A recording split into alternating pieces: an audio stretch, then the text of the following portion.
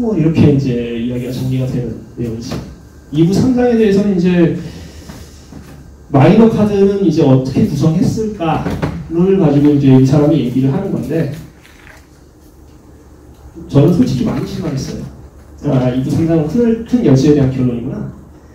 얘 결론이 뭐냐면은, 그러니까 인간의 혼의 완성, 영과 혼의 완성, 이거에 대해서 어떤 관점으로 이 메이저 카드를 해석할 것이냐에 대한 고찰, 이런 거 좀 해봐라 라고 이제 그 사족을 달아놓고, 영권을 왜 여기다 놨는지 한번 그 자기 변명 좀 한 거예요. 하도 질문 들어오니까 내가 영권은 이렇게 놓은 거야 하면서 그냥 설명 한번 더 해준 내용입니다.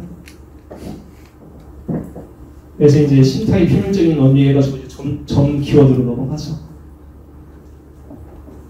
그러니까 여기까지 이제 들어갔으면 마이너 카드는 그럼 얼마나 다뤘어요? 거의 안 다뤘습니다. 마이너 카드는 그림 묘사가 다예요. 그림 묘사가 다예요. 뭔 의미가 있는지 뭐 그런 건 난 모르겠고 그림 보고 알아서 해석해라 해요. 키워드 나중에 적어주는데요. 하나도 안 맞아요. 안 맞거나 그냥 기존에 있던 거 갖다 붙였는데 아무리 생각해도 이거 그냥 점수가들이 알아서 붙인 것 같아.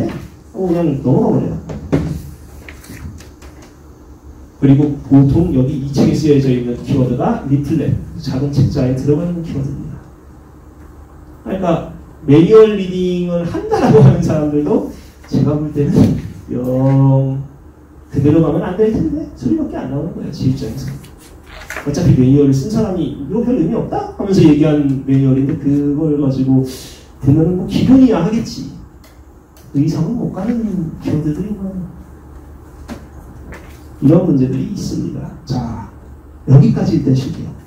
이 3장은 어차피 얘기할 것이 없고 면피를 하는 거라. 쿠니어스 메이저 과거 카드 얘기하는 거라. 아까 전에 단체마다 다르다. 그 얘기에서 내가 왜 이렇게 했냐를 설명하는 거고요. 3부일장 붙여 나오잖아. 나 수비안 안 썼다. 수비안 안 썼다. 그 정도 나옵니다. 그럼 뭘로 썼네? 나는 이거 제대로 설명하기 위해서 도박과 같은 방법도 서슴지 않고 쓸 것이다. 그러니까 도박에서 쓰는 룰, 예를 들어 1페어, 2페어 이런 거 있잖아요. 그런 것도 다 집어넣을 거라. 이런 내용이 있어요. 그럼 뭐야 이거? 한단 말이야. 그리고 코트 카드에 대해서는요. 언급을 회피합니다. 그러니까 이 사람은 자기가 불리하면 언급을 아예 안 하는 방향으로 가요. 그래서 기존의 방식을 그대로 답습했다. 코트 카드는. 방법이 없습니다. 그래서 지금 현대 연구가들한테 제일 문제가 되는 가장 논쟁의 대상 혹은 싸움의 대상이 되는 게 이놈의 코트 카드 어떻게 분석하는 게 정답이냐. 정답이 없어요. 코트 카드가 그래서 어렵습니다. 코트 카드는 너무 어려워요 해도 어려워요. PT 선생님이 스쿼트 너무 어려워요. 어려워요. 그건 똑같습니다. 그냥 받아들이셔야 돼요. 근데 해석하려고 하면 딱 하나밖에 없어요. 문화 상징이잖아요, 결국. 서양의 그 문화를 보고 참고하면 되는 일이에요. 그게 답니다. 그래서 코트 상징편을 그렇게 짧게, 메이저 상징보다도 얇기가 훨씬 얇은데 가격은 더 비싼 거죠. 거기 들어간 게 너무 많아가지고. 전 세계적으로 코트카드 해설서가, 코트카드 전용 해설서가 딱 한 권 나와 있습니다. 딱 한 권 나와 있어요. 그것조차도 초급 강의용이에요. 제가 쓴 거예요. 그거 그냥 이게 그때 맨 처음 낼 때는 이게 잘 되면 해외에도 팔리는 거 아니야 했는데 뭐 꿈이지. 아무튼 뭐 그렇습니다. 자, 여기서부터 한 10분까지 쉴 건데 뭐 궁금하신 거 있으시면 또 아까 얘기하시면 됩니다. 19번 예예. 결과물이라고 말씀하셨는데 예예. 그거 좀 다시 한번 좀. 자, 제가 이제 어떻게 설명하냐면 1이 탄생입니다. 그러니까 연령대로 생각을 하셔가지고 이해해 보시는 게 좋을 거예요. 애가 자기의 의지를 표현하는 방법은, 아이가 자기의 의지를 표현하는 방법은 우는 것밖에 없습니다. 그리고 아이는 그렇게 울면 자기가 원하는 모든 걸 다 이룰 수 있어요. 이게 마법사의 의지예요. 네. 2는 이제 무의식이죠. 그 가풍, 아니면 할머니, 할아버지의 영향, 유전, 이런 내용들이 있고, 이런 쭉쭉쭉 내려오다가 12, 13에서 어른이 되기 위한 과정을 밟습니다. 우리나라는 이게 있죠? 군대 갔다 와야죠. 네, 군대 갔다 와야죠. 이게 통과일이에요. 보통 갔다 오면 어른 대접해주죠.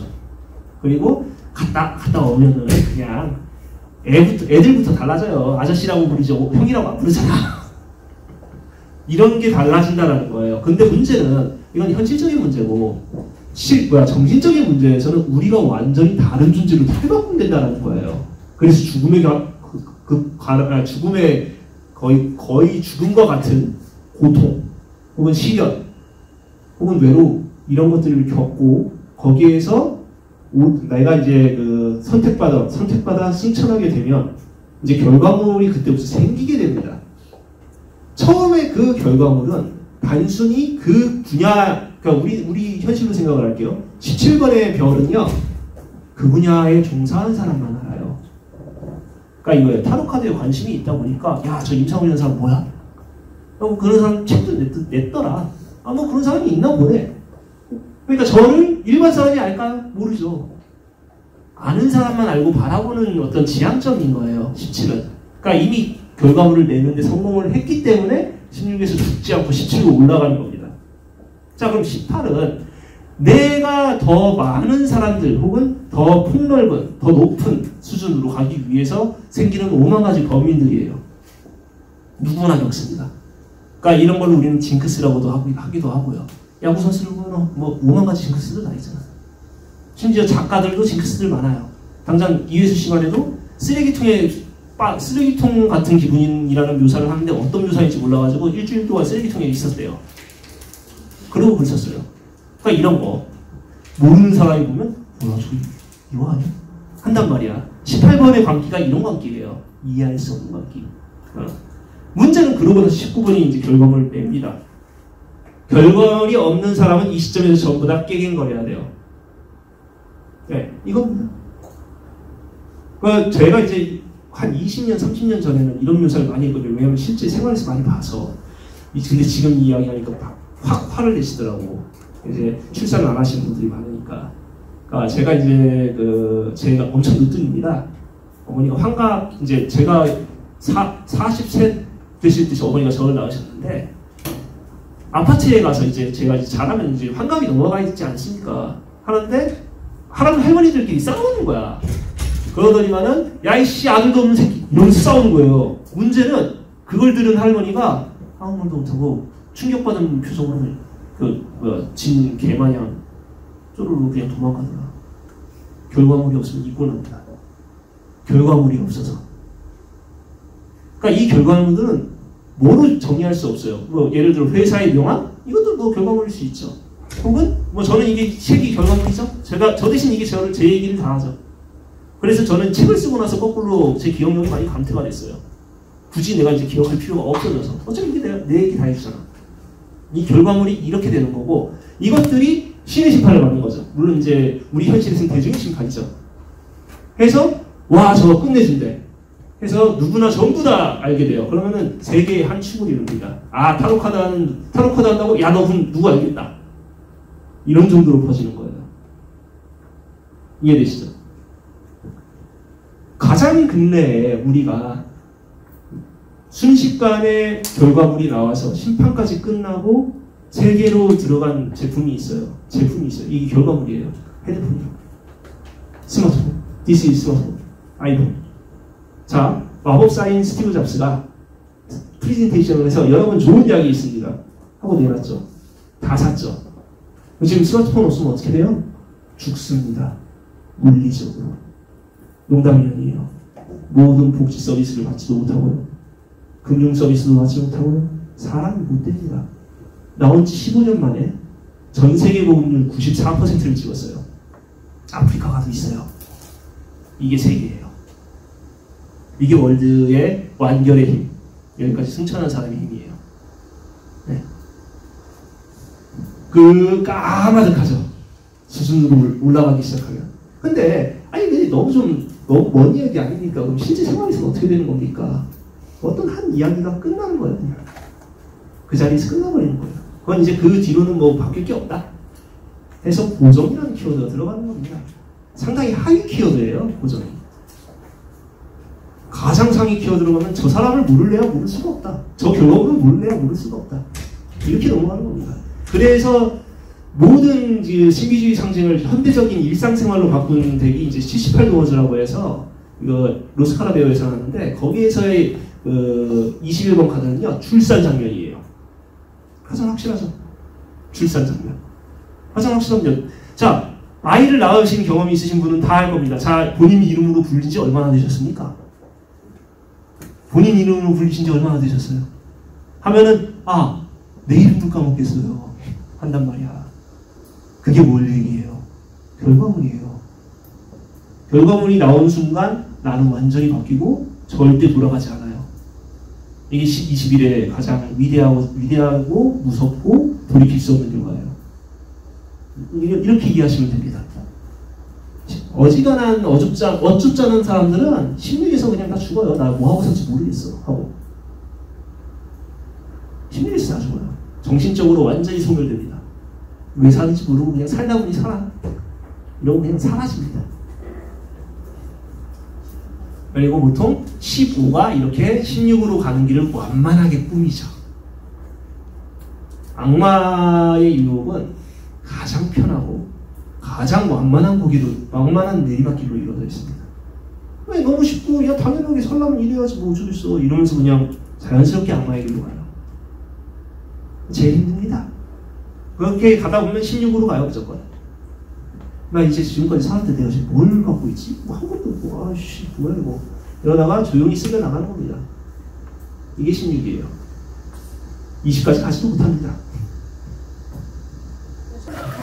레노먼드요. 예. 자, 레노먼드는 뭐냐면 레노먼드라고 발음하면 이미 오답이에요. 레노먼드는 르노르망이에요. 르노르망을 영어식으로 발음하면 레노먼드예요. 그리고 르노르망 여사가 타로 카드를 만지다가 이거 이렇게 바꿔서 쓰면 더 잘 될 것 같은데 하고 자기 아기로 이제 바꿔서 나온 게 르노르망이에요. 그래서 그 동시대에 유행했던 모든 점술이 르노르망 카드에 다 들어가 있어요. 네, 그게 답니다. 뭐 따로 차별점은 없어요. 그게 다예요. 그렇기 때문에 르노르망에도 마찬가지로 그 해당 내용을 알고 있거나 혹은 그 문화권에 산 사람이면 당연히 알 수밖에 없는 그런 묘사들이 다 있습니다. 그게 다예요. 근데 이제 문제는 그거지. 야, 르노르망이 더 직관적인 답을 내놓는다 라고 하는 거는 마케팅이지. 마케팅이에요. 카드점, 죽은 카드에서요. 그 절벽 속에 있는 그 동굴. 수가생도가 이렇게 있다는 걸 전 사실 처음 봤거든요. 카드 봤을 때. 의미되지 않았는데 그 절벽 속 동굴이 의미하는 게 그냥 단순 죽음이라는. 그게 아닙니다. 정확하게는 그 절벽 속 동굴이 파란색으로 되어 있는 게 죽음을 의미하는 거예요. 파란색으로 채색되어 있습니다. 파란색이 죽음이에요. 그리고 왜냐면은 어쨌든 이제 죽음의 기사가 지나가는 길이잖아요. 근데 거기에서 배를 타고 넘어간단 말이에요. 자, 시련을 겪었다. 이미 죽음에 결부되는 시련을 겪고 나는 내 자신을 바꿀 것이다 라고 동의 친 사람만 혹은 선택받은 사람만 넘어가면 이제 안내를 해주는 무언가의 존재가 있다라는 거죠. 너도 자연스럽게 알게 될 거다라고 얘기하는 거고, 그리고 그 안에 들어가면은 어떻게 된다를 나중에 가서 풀어놓은 거예요. 이 동시대 때는 얘기 한마디도 안 했습니다. 방금 지금 제가 얘기한 아까 전에 보여드렸던 그 그림 있잖아요. 그 그림이 1930년인가 20년인가 그때 나왔어요. 이 사람 가기 전에. 가고 난 뒤인가? 아무튼 그때 나왔어요. 그런 묘사들을 합니다. 그러니까 죽음 카드가 그래서 단순한 죽음이 아니다라는 이야기를 아예 대놓고 거죠. 왜냐하면 실질적인 죽음은 타워에서 이루어지거든. 그 카드를 그냥 새로운 시작 뭐 이런 식으로 해석을. 가로치고 하나 더 있어야 되죠. 되돌이킬 수 없는 새로운 시작. 자, 보세요. 제가 많이 아는 키워드입니다. 자, 13번 키워드 할 때 변환이라는 키워드를 써요. 트랜스포메이션. 자, 중학교를 졸업하면 고등학교 가죠. 중학교로 다시 갈 수 있어요? 그렇죠? 이거예요. 주민등록증 받았으면 성인이죠. 뭐 반납하고 뭐 미성년자로 다시 갈 수 있어요? 안 되죠. 이거예요. 이런 변환. 애벌레가 나비로 간다면 애벌레로 못 가죠. 이걸 변환을 얘기하는 거예요. 그렇기 때문에 새로운 시작은 맞는데 그 전에 불가변적인 새로운 시작. 이걸로 해석을 하셔야 됩니다. 그걸 잘못하면 0번이랑 헷갈려요. 이거 똑같은 거 아니야? 한다고. 완전히 달라요. 그러니까 이런 식으로 약간씩 확실하게 다른 키워드를 전부 다 다른 카드에 하나 균일하게 배정을 해야 점을 보기 좋은 카드예요. 그러면 0번이라는 게 예. 그러니까 원래 새로운 시작이라고 키워드를 놓으셨잖아요. 예. 그럼 이제는 그거는 그렇게 시작을 했어. 새로운 예. 시작을 그럼 뭐 1번으로도 갈 수도 있고 5번으로도 갈 수도 있고 막 그쵸. 그런 거잖아. 그쵸. 그러니까 우리가 말하는 새로운 시작이라니까 완전히 제로 상태로 게임 제로가 아니잖아요. 예, 그렇죠. 0번은 그냥 떡 하고 나온 거예요, 그냥.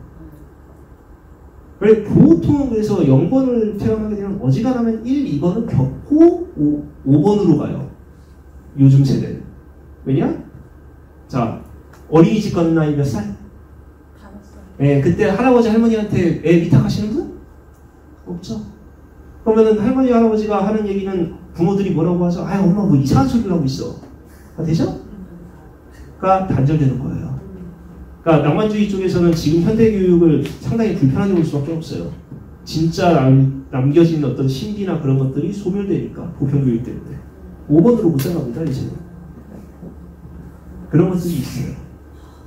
그래서 저보다 제 와이프는 이제 저보다 좀 나이가 많이 어린데 와이프가 그러더라고요. 자기는 할머니가 해줬던 오묵과 사리묵이 진짜 어디서 찾아볼 수 없는 맛이다 라고 하는데 그거 파는 데가 없어요. 한 번이라도 조금이라도 겪어봤다는 얘기거든. 근데 2000년대 이후는요 없어요. 그냥 네. 예를 들어 이런 제일 어린 나이가 지금 있는 것 같은데 한번 음식 중에 예를 들어 뭐 집에서 해먹는 음식 말고 그냥 옛날에 생각났던 음식 중에 시판되지 않는 음식 있어요? 라고 하면 생각을 좀 하다가 없는 것 같은데 이런단 말이야. 다 다를 수 있거든 이제. 네. 이렇게 소멸되는 겁니다. 이제 뭐 김치도 사 먹는 시대인데. 그러니까 이런 문제들이 있죠. 그래서 3번과 4번의 힘이 많이 떨어졌어요. 거꾸로 15번의 힘은 아주 강대해졌습니다.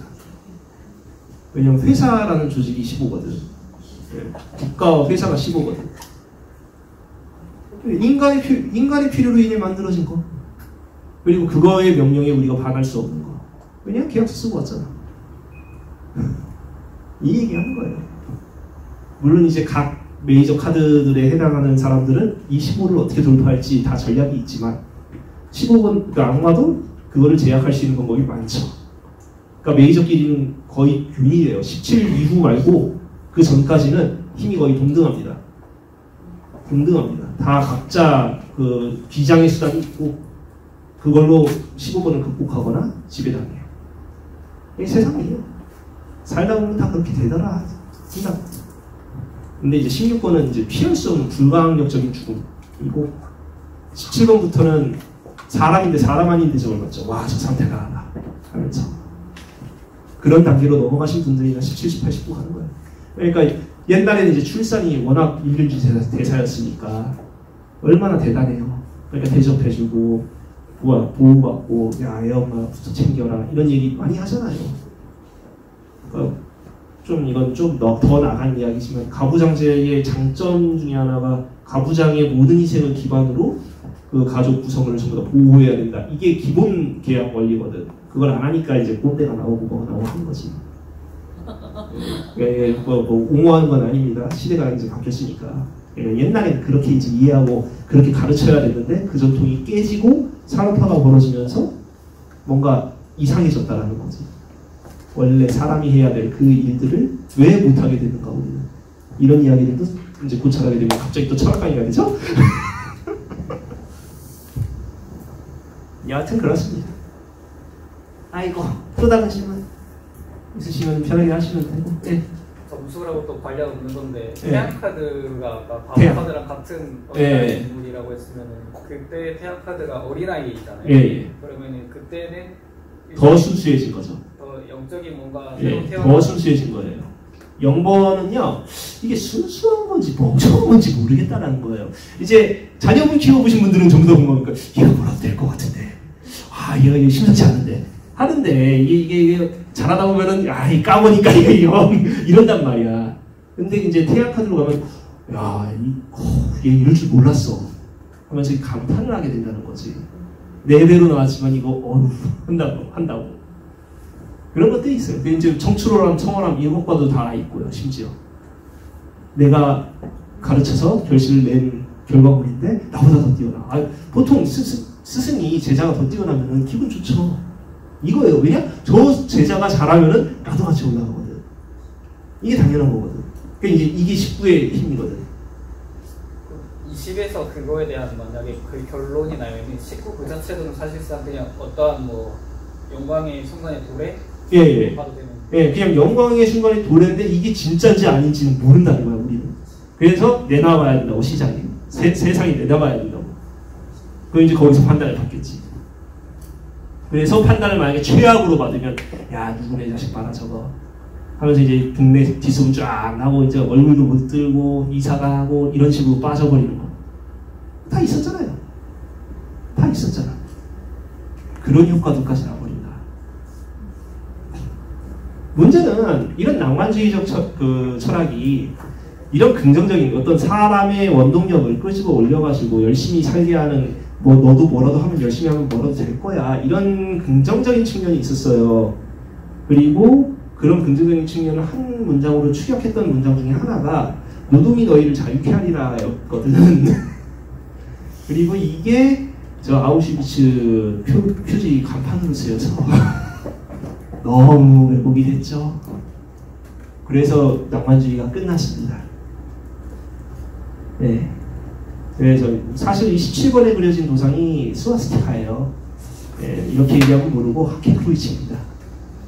라고 하면은 너무 나치 이유예요.